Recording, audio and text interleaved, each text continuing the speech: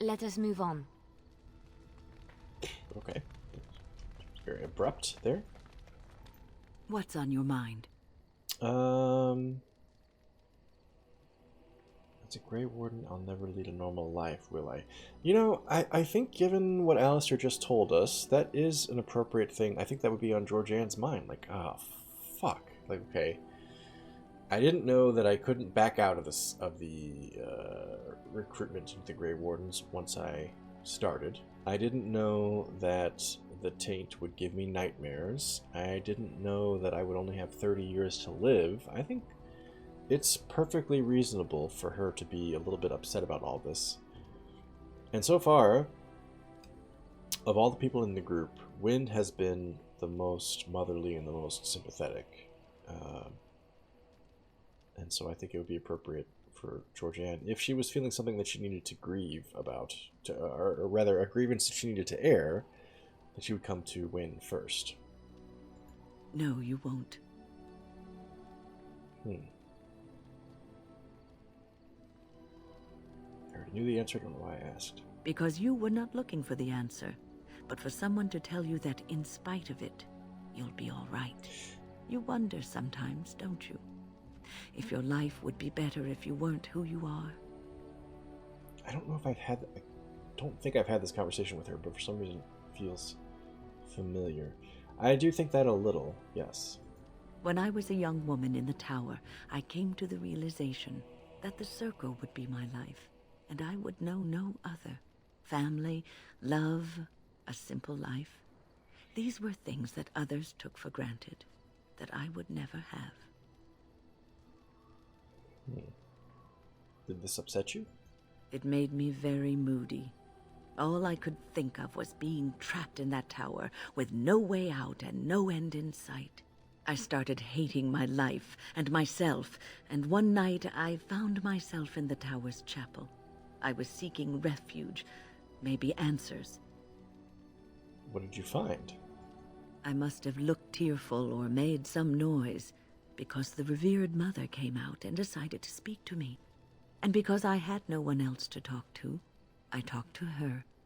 I must have said many silly things, but she told me that the Maker puts us all on our paths for a reason, and fighting our intended course is what causes so much anguish.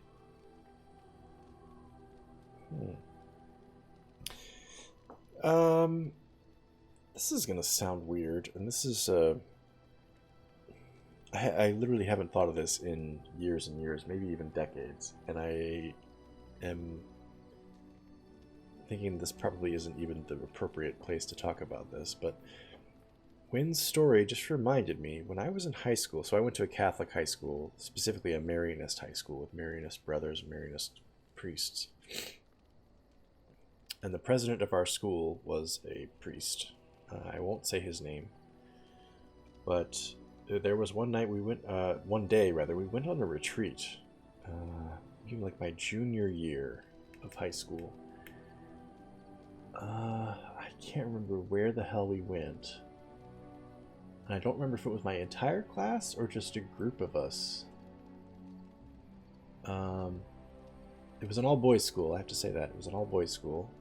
And I remember there was a period of time where it was almost like a confessional. I'd gone through the rite of reconciliation, obviously, so I knew like the whole, like, oh, bless me, Father, for I have sinned. My last confession was blah, blah, blah, blah, blah.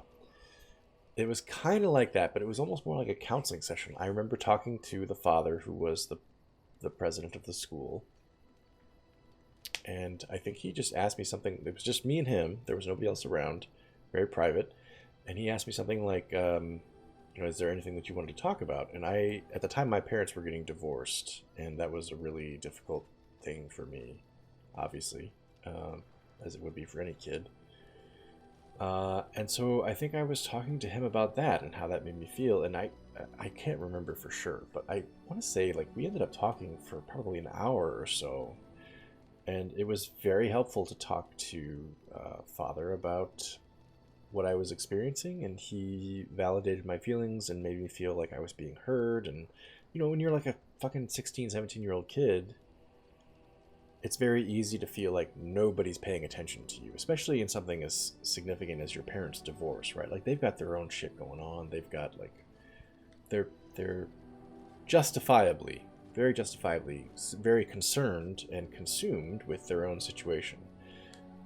So it's very easy to feel like you like I'm almost a fucking adult. Why is nobody asking me what I think about this? You know. So anyway, the priest, kind of walked me through this entire experience and what I was feeling, and helped put into words what it was that I was experiencing and all that stuff. It was very, very valuable to me.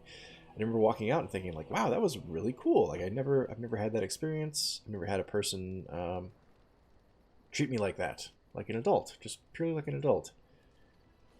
And so I get kind of where Wynn is coming from here.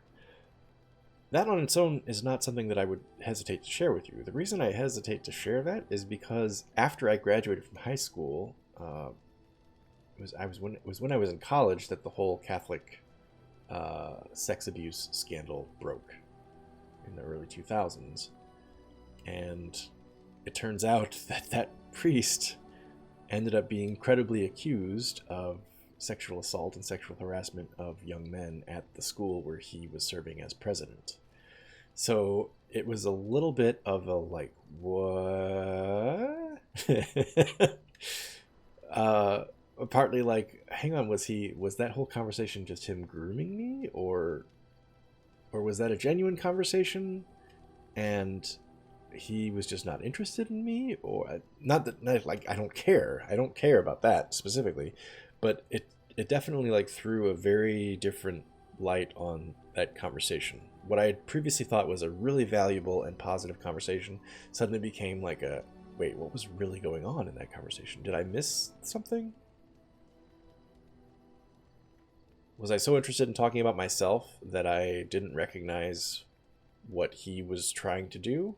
I don't know. He was never inappropriate with me. And I think I only had one conversation with him after that point. But, still, it's just a little, like, just the whole experience now, thinking back on it, is like, that's strange. I'm not quite sure that what I thought was going on at the time is what was actually going on in that conversation. And that, like I said, literally not something that I've thought about for years, until Wynn's little mention of her speaking to a revered mother in a similarly vulnerable situation, where it's like, oh, right, okay, I had a similar conversation with a religious person in a similar situation, and that was a pretty significant part of my teenage years, actually, now that I think about it. Anyway, fighting our intended course is what causes so much anguish. Be like a stream and just seek, the path of least resistance, I think is what Wynn is saying.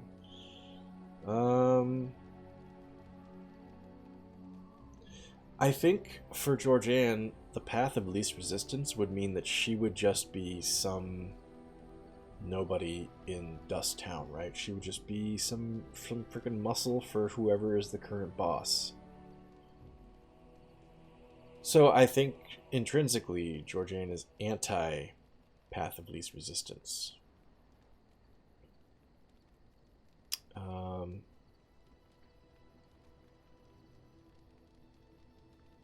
Because if she had accepted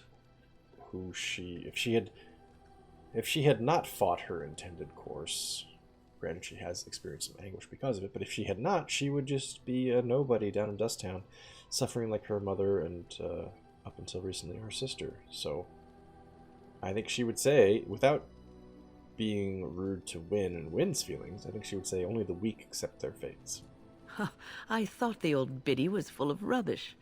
I was 15, maybe 16, and I knew everything. So I left, but I always found my way back to that chapel.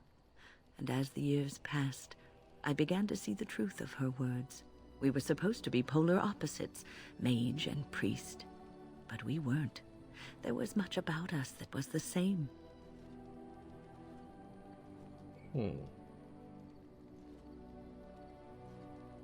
Priests do choose to be priests, and from what I've learned here on the surface, mages do not. Not all priests choose their path. Some children are given to the chantry to raise and become initiates. The revered mother had lived in the chantry all her life, as I had been in the tower for all of mine. She taught me that you can find your family in the people around you, that you can love your work and find fulfillment in duty. And there is joy even in self-sacrifice. If you put others before yourself, then their well-being is yours, and their happiness is your happiness. This is so fucking Catholic, I can't believe it. This is super Catholic, all of this. It must not be easy to live that way. You can scream and cry and be angry about life as a Grey Warden, or you can accept it and allow yourself to see the good in it. This is your choice. That's crazy. Literally, I think I've mentioned before how the chantry kind of reminds me a bit of the Catholic Church. And hearing Wynne describe that, there's so many times from my grandmother, my mother, from teachers in school that popularly to non-Catholics, the Catholics are viewed as like, oh, it's guilt. It's all guilt. Guilt and suffering. They love to suffer. Catholics love guilt and suffering. Which is, of course, as with any outsider's perspective, it's an oversimplification, right? Just as I'm sure the Catholic perspective on Protestants is oversimplified. But one thing you hear a lot as a Catholic kid growing up is when you are suffering, and suffering could mean something like you're experiencing the death of a loved one, or something as simple as like you're not getting to do the thing that you want to do right then and there, which as a kid, of course, there's tons of stuff you don't get to do when you want to do it. You're frequently told, offer it up. Anybody that was raised Catholic has probably heard that at some point or another. Offer it up. And the idea is that if you are suffering, that's a good thing. Not because suffering on its own is good. I'm not giving you... This is not like Catholic catechism. I could be wrong in terms of how the Catholic Church actually views suffering. I'm just telling you the impression that I got from the people around me when I was younger. It was more like... Jesus suffered and died on the cross for your sins, says the Catholic Church. The least you can do when you are experiencing suffering is endure it, right? Like, Jesus, like, the idea is, like, Jesus endured for your sake. You can endure for everyone else's sake. You can deal with the shit you're dealing with, is the idea. Which, even though I'm no longer a practicing Catholic, still kind of informs how I view things to a large extent, where I'm not saying that people have to deal with awful shit if they can't, like, if there's a way to change things so you don't have to deal with awful shit. I'm not saying, hey, just endure it anyway. No, like, I'm totally in favor of changing things to make things more favorable for yourself, provided that it doesn't hurt anybody else. But there's also still a part of me that kind of thinks that suffering on its own can be a good thing, like self-deprivation, self-discipline, the idea that sometimes you just have to endure some shit. I think that's actually, and again, this is probably because of how I was raised, I kind of view that as a positive. Like, there's something to be said for enduring something. Not something that's unjust, but I'm not thinking about, like, enduring something that humans put on you. I'm thinking about enduring something that nature puts on you, right? Like disease or I don't know, just, you know, your own personal circumstances. I'm not talking about like, oh, if you're poor, just fucking deal with it. Like, rich people don't owe you anything. Or I'm not talking about that. Or if you're being abused by somebody, just endure it. Although, to be fair, I do think the Catholic Church actually probably encourages that a little bit too much. Like, there are people who are in abusive relationships who should not be, but persist because they believe that this is somehow godly. That's wrong, that's unhealthy. I'm not talking about situations where you're enduring because somebody else is doing something wrong. I'm talking about situations where you're enduring because nature is imposing this on you. Like, you don't, there's no human element here, right? I think that's actually kind of healthy, and it's helpful for young people, I think, to learn that skill, because it is a skill. It's a skill to endure discomfort. It's not a thing we're naturally endowed with. Naturally, we're complainers, I think. Which is probably fair. That's how we should be naturally.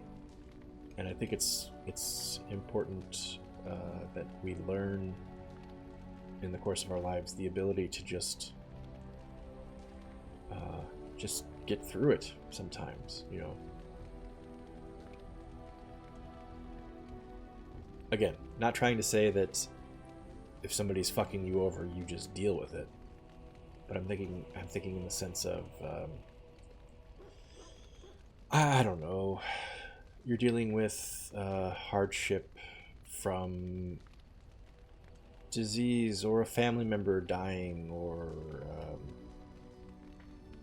I don't know, just the realities of everyday life, right? Like, fuck, you know, there's fucking dishes in the sink and I don't want to do them, or I have to fucking go to the DMV to do this and I don't want to do that, or I have to pay my bills and I don't want to do that. This is maybe like the British idea of a stiff upper lip, you know? Take it on the chin. Just fucking endure it. And I think in the sense, if you can, like, experience that as a positive thing, not, again, growing up, offer it up, offer up that suffering. You're suffering and it's good. You're becoming more Christ-like, right?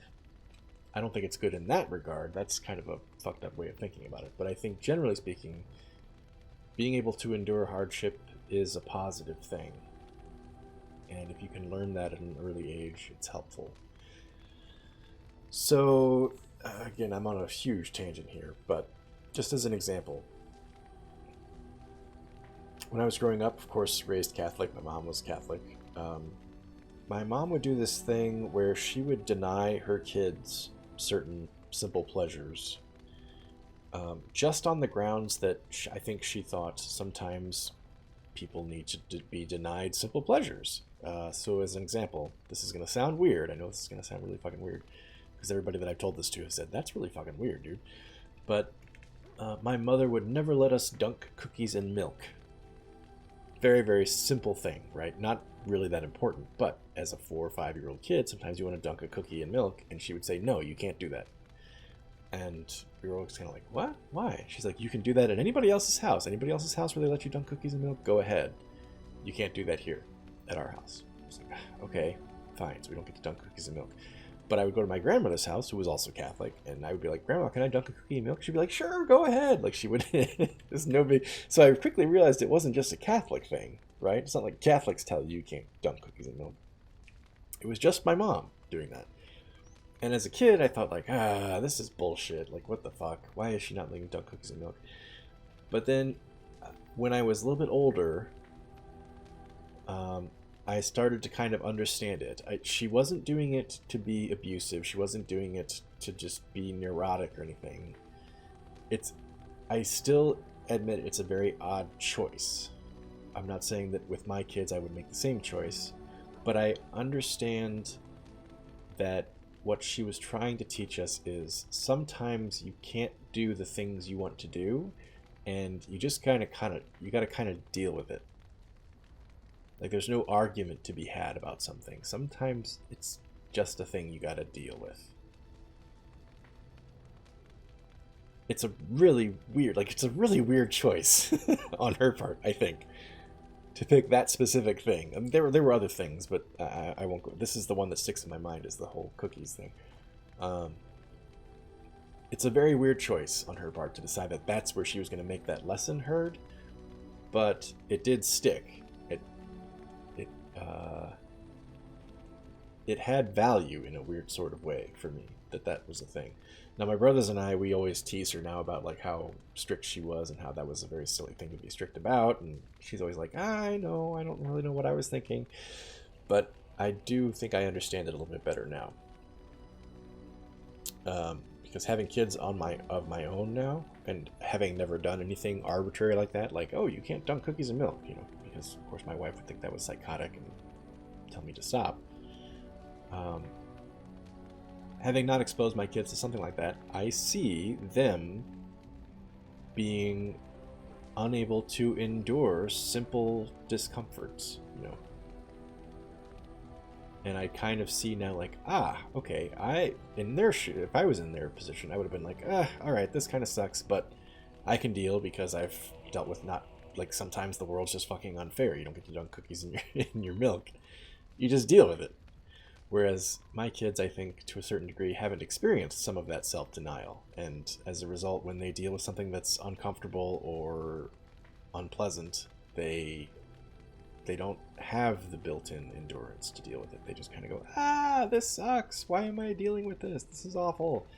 And they do whatever they can to try to improve their circumstances, which sometimes just can't be improved. I don't know. This is all very, very psychological.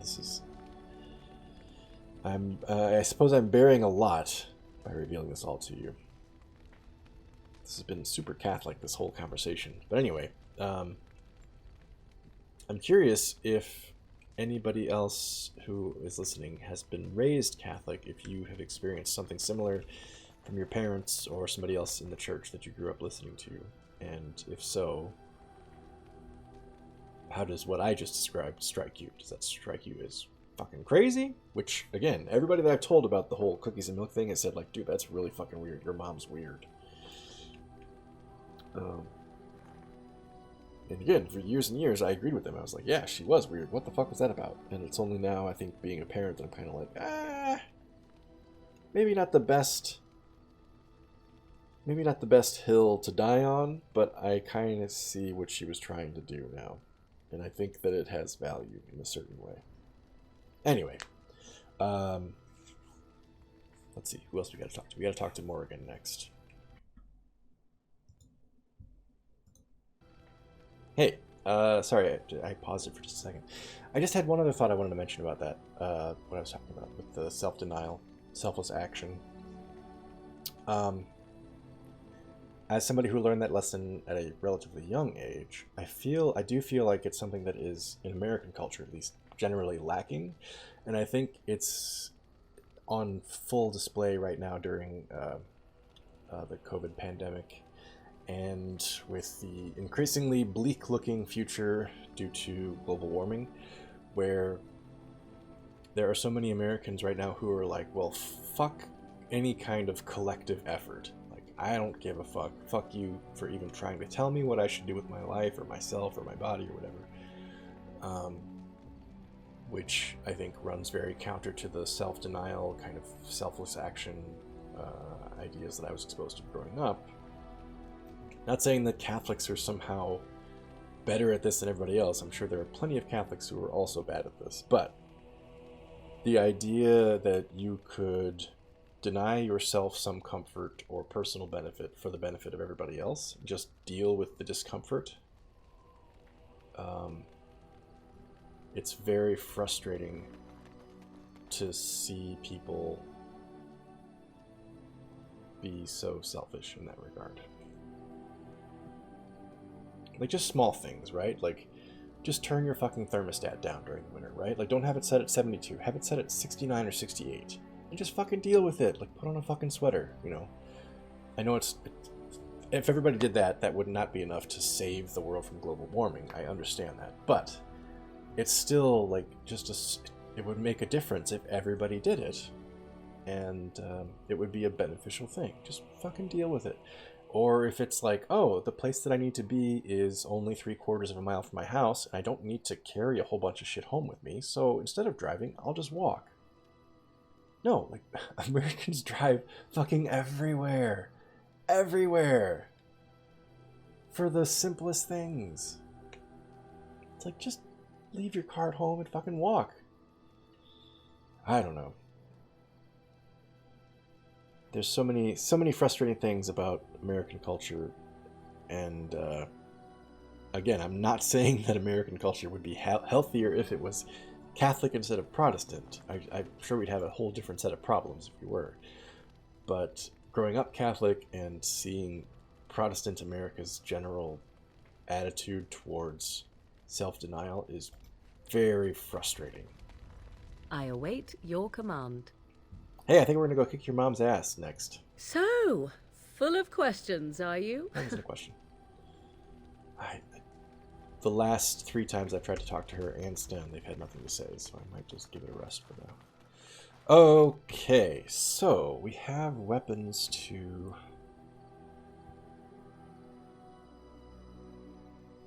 enchant.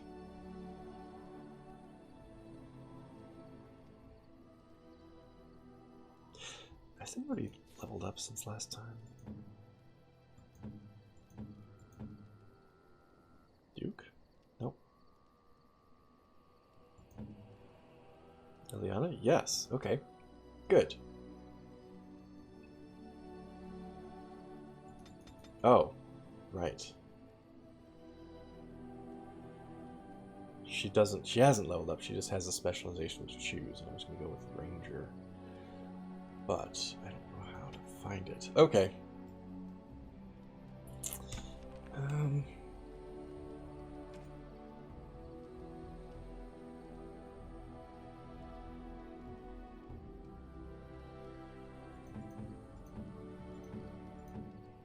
Liliana, can you use any of this stuff?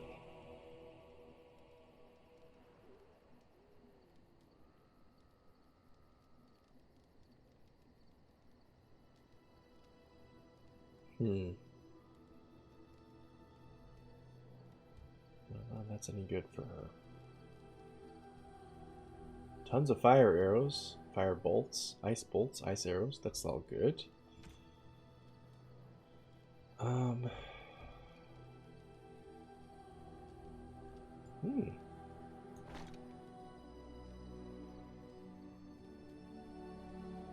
Yeah, this is what I was thinking would be good for her.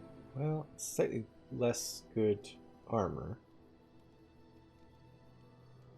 +3 melee critical. She's never melee. Yeah, I'll take it.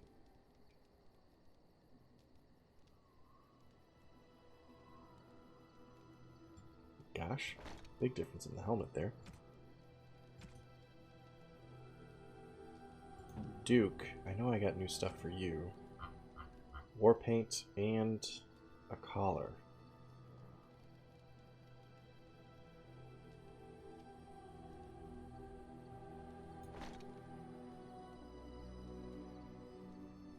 I don't know.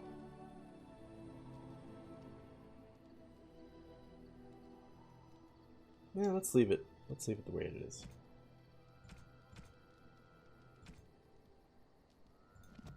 Okay. Bowden. Something you need? I'm sure either my boy or I can help you out. See your wares. I'm sure you'll be pleased with the goods my boy and I have collected, and with your discount.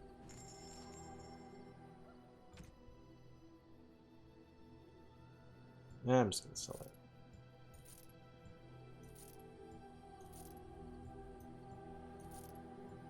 Keep ducking sword. Sell that. Keep the Duke and mace, of course. Yeah.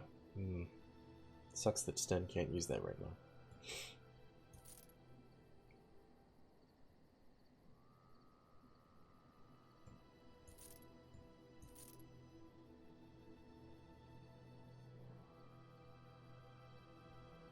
I eventually want Leon to be able to use the crossbow. I'll keep both of those just in case it's an option sometime.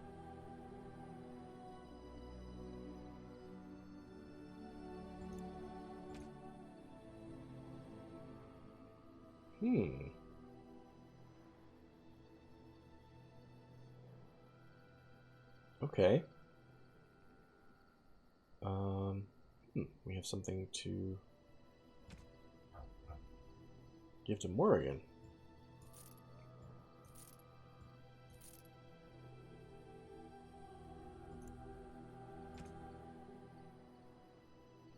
Shit. I didn't even think about Sten's stuff and whether this was good for him.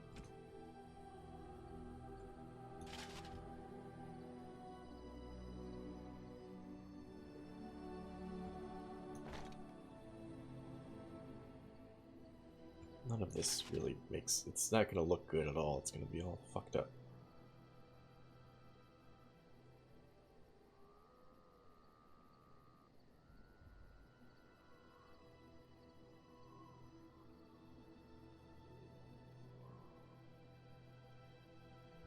He doesn't have a shield because he uses two-handed weapons, which he can't use this one, which is aggravating.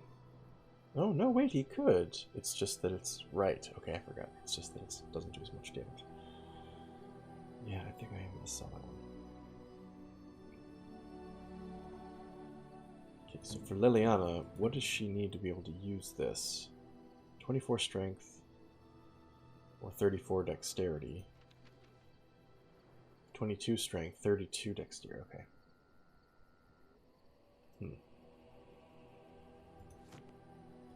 Are you sure I can't interest you in this hat? A pair of earrings, perhaps? A cheese knife? Why the fuck would I use a cheese I'm knife? sure you'll be pleased with the goods my boy and I have collected. And with your discount. So just sell it.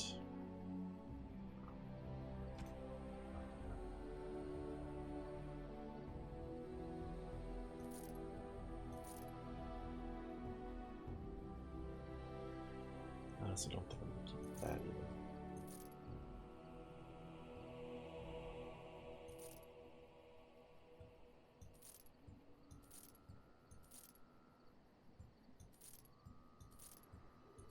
Keep Verathorn's armor.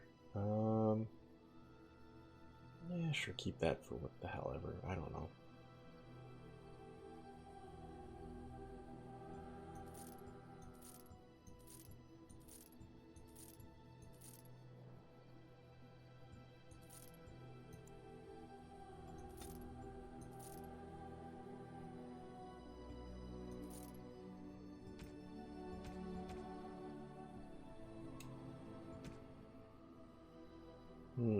More flasks, maybe? Yeah, more flasks.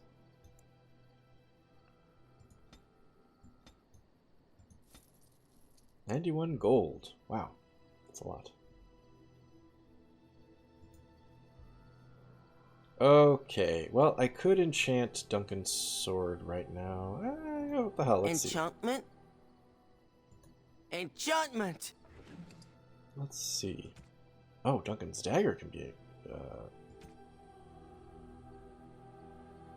okay. That's already... This one can be, and this one can be. Rats, I wish I would have kept more runes. Damn. Okay, well this one's currently being used, so let's do... Oh wait, no, this one's being used too. Ah, shit.